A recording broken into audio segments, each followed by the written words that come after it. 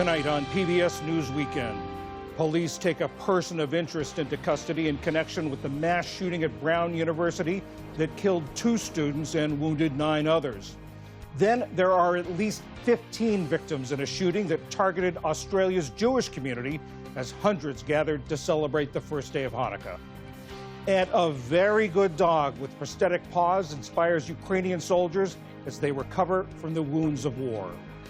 You feel a sense of emotional relief, especially with a dog here on prosthetics, just like us. It's truly wonderful.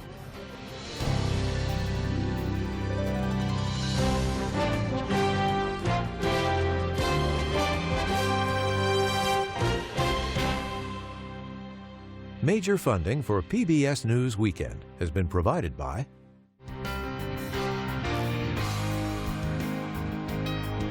the ongoing support of these individuals and institutions.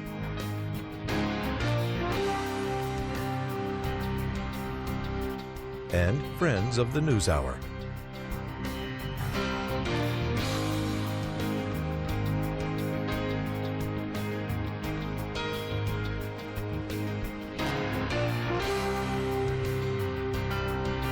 This program was made possible by the contributions to your PBS station from viewers like you. Thank you.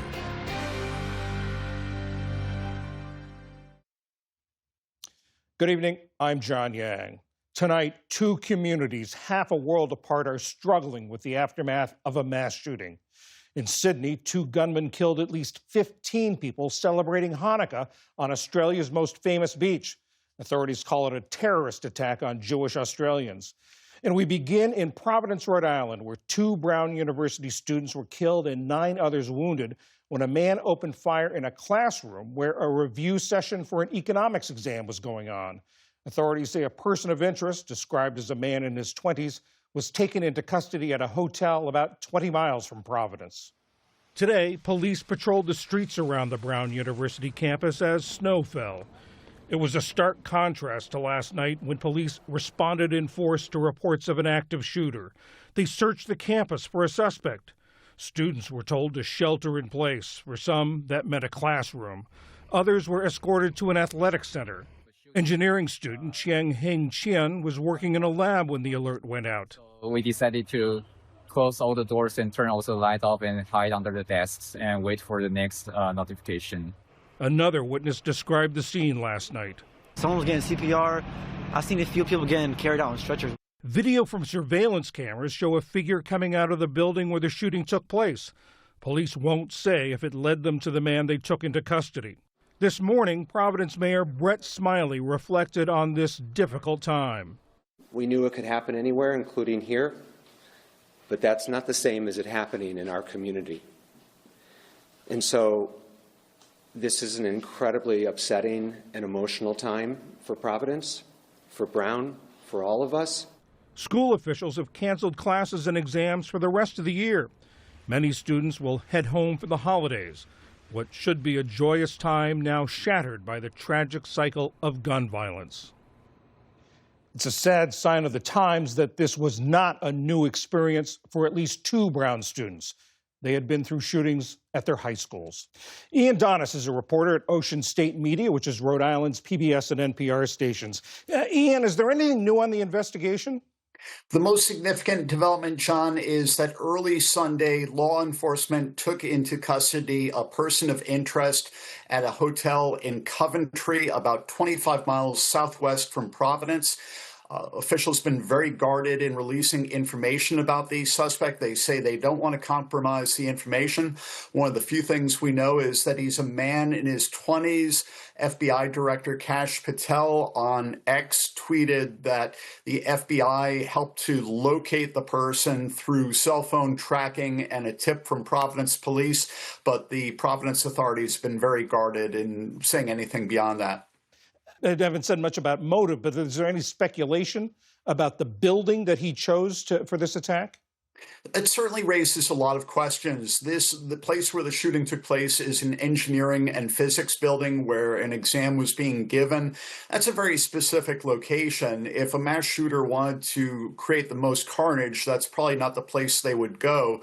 So, but officials have not said whether the person of interest had any prior connection with Brown University. So that is an obvious question to follow. And as you say, they have not cited anything as far as a motive at this point. What do we know about the status of the students who were wounded? There's some better news about that. Today, officials said that 7 of the 9 injured are now in stable condition. That's improvement from Saturday when they were critical. One person is still critical but stable, and one of the injured has been discharged from the hospital. And at the briefing earlier, I know that there was they offered a reason why the names of the 2 victims haven't been released. Yes, the mayor of Providence said not all the families had been notified yet, and that was the explanation for why there have not been identification yet of the 2 students who were killed and the other people who were injured. And he said that at least one of the families was traveling, so that they're difficult to reach. What's the situation on campus, or what's the mood on campus right now? Well, this takes place in Rhode Island, the smallest state in the nation, where we're all pretty closely connected with one another. There was clearly a lot of anxiety and concern when the shooter was considered still at large yesterday. Officials had put a shelter-in-place order in effect that was lifted after the person of interest was apprehended today. I think there's a lot of sadness. Certainly Rhode Island has experienced gun violence in the form of crime and even shootouts with people involved in crime, but there's never been a mass shooting of this type, and there's a lot of sadness. Brown University President Christina Paxson said the campus is reeling and that it will take a long time for people to cope with this. State and city officials have made counseling resources to try and assist in that effort, but it's a difficult journey. At Brown, is there any discussion or any concern about how easily this suspect was able to enter a classroom building? Indications were that access was a little bit easier to this building because exams were being given. University officials said when exams are being given like that, the outside doors to buildings are open. As they explained it, usually someone has to check in the evening, but there are a lot of porous places in an open society, and how to stop something like this against a person intent on committing violence is just a really tough question to resolve. Ian Donis of Ocean State Media in Rhode Island. Thank you very much. Thank you, John. There's late word since we spoke with Ian that authorities have identified the person of interest as 24-year-old Benjamin Erickson. There are no other details. And now to the shooting in Australia, where there's been a spike in anti-Semitic incidents. Ali Rogan has that story. A deadly attack on Sydney's iconic Bondi Beach sent crowds fleeing for safety Sunday evening. 2 gunmen, a father and son according to police, opened fire on a Hanukkah celebration where hundreds had gathered for the start of the 8-day Jewish holiday. One alleged gunman appeared to be shooting from behind a palm tree when a bystander crept up on him and seized the gun. A second gunman took aim from a footbridge over a nearby parking lot. At least 16 people are dead, including the gunman and a 12-year-old child. 38 others were wounded. Young and old had gathered for the Hanukkah event. I seen like a kid, like she was like maybe 8 years old. She got injured on the leg and she was crying and she was on the ground. So she was behind her mom. Her mom was on the ground as well. Finn Green is a tourist from the United Kingdom. I just saw an older lady get shot and she was on the floor. So an older guy get shot, very badly injured on the left-hand side, and I just saw a bunch of people screaming, run towards me. I didn't know what was going on. One gunman was fatally shot by police, and the second, who was arrested, is in critical condition. One of the men was known to security services. Australian authorities declared it a terrorist attack. Australian Prime Minister Anthony Albanese. This is a targeted attack on Jewish Australians on the first day of Hanukkah, which should be a day of joy, a celebration of faith. an act of evil anti-Semitism, terrorism that has struck the heart of our nation. The massacre is the latest in a wave of anti-Semitic incidents in Australia over the last year. Synagogues and cars torched, homes graffitied, and Jews attacked.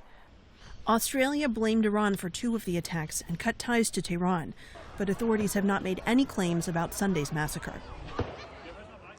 For more on this tragedy, I'm joined by Amy Spitalnik, CEO of the nonprofit Jewish Council for Public Affairs. Amy, thank you so much for being here. Thanks for having me. We've seen anti-Semitic attacks on the rise in the past decade, really. Should we be thinking about this latest attack in Australia in that global context? Absolutely. We've seen, unfortunately, a horrific cycle of anti-Semitism, whether it's the far-right, white supremacist, white nationalist anti-Semitism, like the Tree of Life attack, the deadliest attack on the Jewish community in U.S. history, or the attack in Australia just this weekend, targeting the Jewish community marking Hanukkah, or the increasing cycle of attacks targeting Jews here in the United States and around the world under the guise of protesting Israeli policy, like the Boulder and Capitol Jewish Museum attacks this spring. And so it's important to understand that none of these attacks are happening in a silo. They're part of a broader normalization of anti-Semitic conspiracy theories and tropes, this idea of Jewish control and power that ultimately leads to direct violence targeting Jews. This rhetoric doesn't happen in isolation. Rhetoric leads to real-world violence. And why is it that this sort of rhetoric that leads to attacks like these, why is it so pervasive now? And we've seen it over the past 10 years, but why now? Yeah, well, anti-Semitism is at its core a conspiracy theory. It's about pitting communities against one another, sowing distrust in our institutions and our democracy, and fundamentally making it less safe, not just for Jews, but for everyone. And so as we see these conspiracy theories become normalized, whether it's replacement and invasion conspiracy theories like what we've seen here in Pittsburgh and Charlottesville and elsewhere, or conspiracy theories about Jewish or Zionist control of our foreign policy or finances or government, we're living at a really tumultuous time and people are looking for scapegoats. And so anti-Semitic conspiracy theories are far more salient than perhaps they would have been a few decades ago across the ideological spectrum. And it leads to what we're now seeing. I want to ask you about what Israeli Prime Minister Benjamin Netanyahu said today against Australian Prime Minister Anthony Albanese. He said that the Australian support and recognition of a Palestinian state is among the factors that led to this attack. What do you make of that?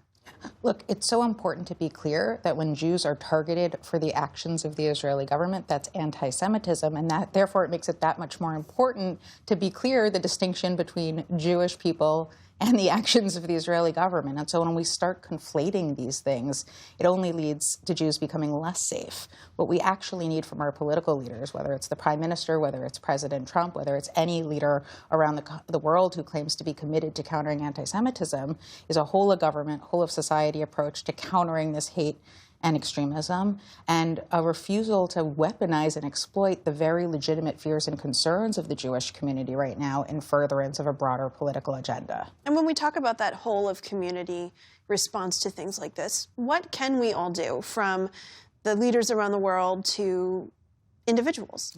Look, we actually have a good roadmap for this in a variety of ways. The Biden and Harris administration put forth a comprehensive strategy to counter anti-Semitism. There's a proposal from the special envoy in Australia for a similar plan there. We know that what countering anti-Semitism requires is actually what requires us to build broader democratic resilience as well, protecting core democratic norms, building education and other resiliency to hate and extremism becoming indoctrinated in the first place, teaching media and digital literacy, investing in hate crimes prevention, investing in the protection of civil rights like Title VI, which is what protects students and others on our campuses and in our schools. And unfortunately, we've seen a disinvestment from so many of these programs by the Trump administration and, frankly, in other countries around the world as well. And so what we need is that whole of society, whole of government approach that understands countering anti-Semitism is inherent to protecting our democracy, just as protecting democracy is inherent to Jewish safety. Amy Spitalnik with the Jewish Council for Public Affairs. Thank you so much. Thanks for having me. In the day's other headlines, in Berlin, there were more talks today on how to end the war in Ukraine. Ukrainian President Volodymyr Zelensky, President Trump's special envoy Steve Witkoff, and Trump's son-in-law Jared Kushner met for 5 hours and are set to meet again on Monday. Earlier, Zelensky appeared to be willing to abandon his goal of NATO membership if he got security guarantees. Tomorrow, the group will be joined by European leaders. In Gaza, large crowds gathered for the funeral of a top Hamas commander who was killed in an Israeli airstrike outside Gaza City. Israel said Raed Saad had been trying to rebuild Hamas in violation of the ceasefire agreement. He was also believed to have been the last remaining living architect of the October 7th attacks. Hamas said it had named a new commander. And it will be a frigid start to the work week for many across the country. The National Weather Service forecasts an Arctic blast will plunge temperatures in the east and bring more snow to the Great Lakes. Freeze warnings are expected as far south as Georgia. In the Pacific Northwest, heavy rains are expected to return tomorrow and could lead to flash flooding in that already saturated area. Still to come on PBS News Weekend, a new book highlights Patagonia's path to becoming a global corporate leader in doing well by doing good. And a dog with prosthetic titanium paws supports war veterans in Ukraine. This is PBS News Weekend from the David M. Rubenstein studio at WETA in Washington, home of the PBS NewsHour, weeknights on PBS. Surveys consistently rank Patagonia as one of the most reputable brands in America, not just for its outdoor clothing and gear, but also for being good environmental stewards. That comes from its iconoclastic founder, Yvon Chouinard. When he retired, he didn't cash out by selling the billion-dollar company. He transferred it to a trust that uses Patagonia's profits to combat climate change and protect undeveloped land. The story of both the company and its founder is told in a new book, Dirtbag Billionaire, How Yvon Chouinard Built Patagonia, Made a Fortune, and Gave It All Away. Earlier, I spoke with the author, David Gellis, a reporter on the New York Times climate team. I asked him to explain the book's title.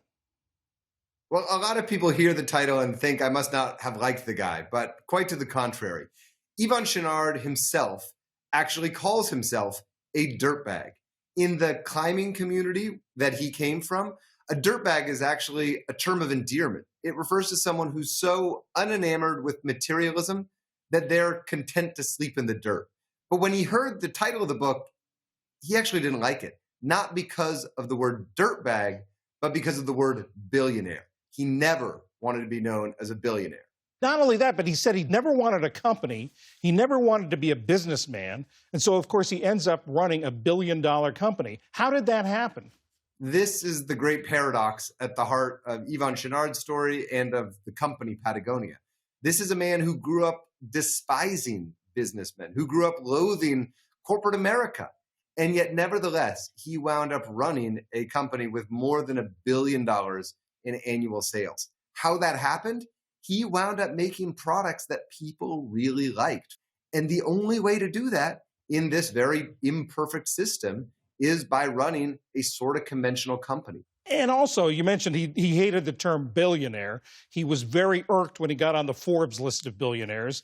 How did he handle that sort of psychologically and internally? How did he deal with that? The day he was placed on the Forbes list of billionaires for the first time in 2017, he called it one of the worst days of his life. He wound up stomping around the office, huffing, mad, screaming at people, demanding that his lieutenants find a way to get him off that list. But of course, it's not so simple because he was indeed a billionaire on paper. But ultimately, he and his family gave away the equity in Patagonia, which led to this really profound philanthropic transaction in 2022 where he renounced his ownership of the company.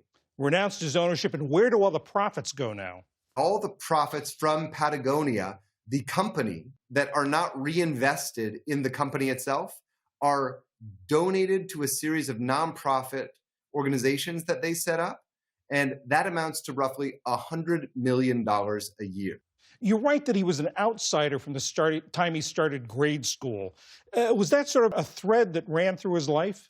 That started from a very early age. He was raised in French-Canadian Maine When he showed up in California when he was 10 years old with his family, he didn't speak English. And so as he grows up as an adolescent, he finds himself sort of on the margins of polite society. And that leads him first to being a falconer, which is to say he was actually going out and capturing birds of prey as a teenager, learning how to train them, and then as a rock climber.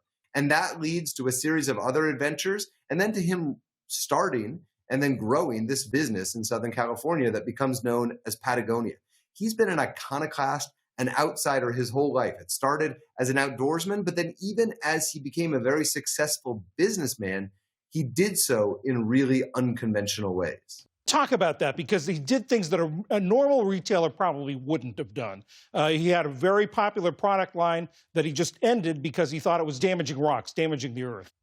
This is one of the patterns that repeats itself. This notion that Yvon Chouinard was willing to just disavow a popular product line if he discovered that it had a negative environmental impact.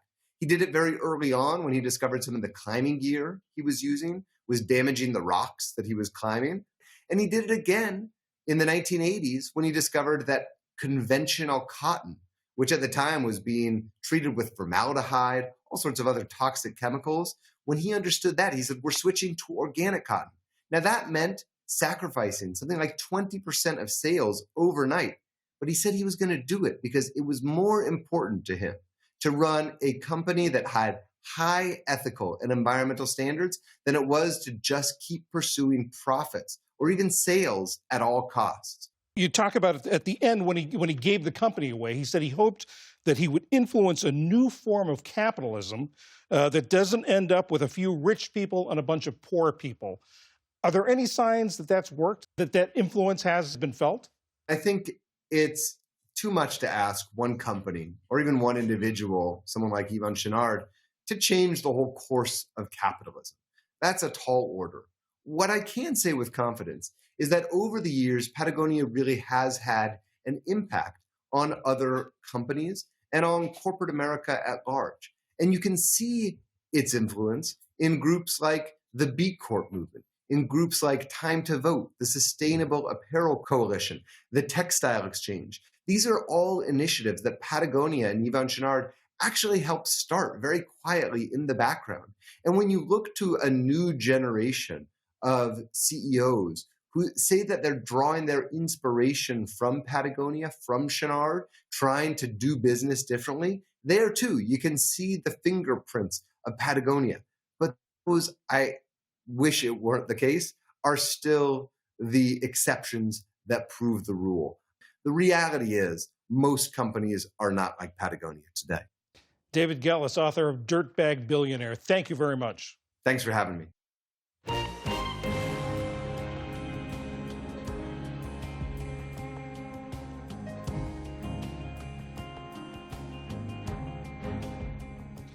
Before we go tonight, we want to introduce you to a very special and very good dog in Ukraine. At this rehabilitation facility in Kyiv, some of Ukraine's wounded warriors work hard to learn how to use their new limbs. If they need inspiration to persevere, they can look to a dog named Laver. You feel a sense of emotional relief, especially with a dog here on prosthetics, just like us. It's truly wonderful. Laver was found near Odessa's railway station after a train had severed his front paws. Now he uses prosthetic paws. They're made of titanium, just like amputees' prosthetics. And like many of the patients, they're integrated with his bones through an advanced reconstructive surgery procedure called osseointegration. Laver's owner is the founder of the rehab center. It's remarkable that our work inspired the veterinarian, a trauma surgeon, to perform osseointegration on this dog. And it succeeded. They designed and produced titanium implants. He's a fixture at the center, playing with patients and joining in physiotherapy sessions. Laver behaves as if his prosthetics were his natural paws. The most important thing is that the dog has accepted the prosthetics. He doesn't chew them, he licks them, treating them as his own paws. If they felt artificial to him, he would have chewed them off. He's a dog, after all. As Lava roams the center, he's making a difference in the lives of so many of these soldiers who lost limbs on the battlefield. The dog can walk now, and I want to as well. Soon I'll be able to walk too. The dog wants to live, just like we do. And I'll walk too. Not on 4 legs, but on 2.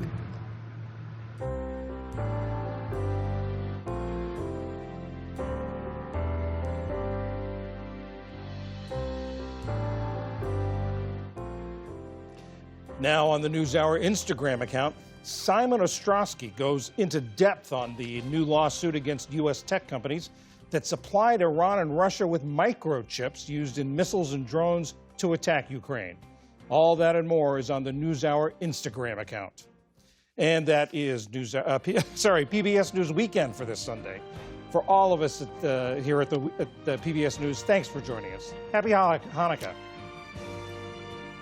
Major funding for PBS News Weekend has been provided by... In 1995, 2 friends set out to make wireless coverage accessible to all.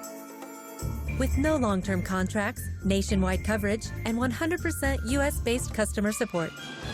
Consumer Cellular. Freedom calls.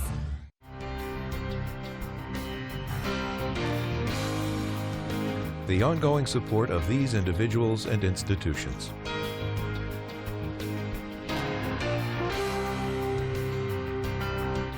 This program was made possible by the contributions to your PBS station from viewers like you.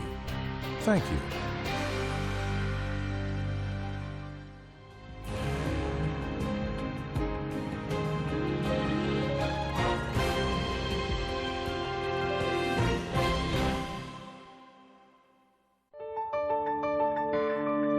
You're watching PBS.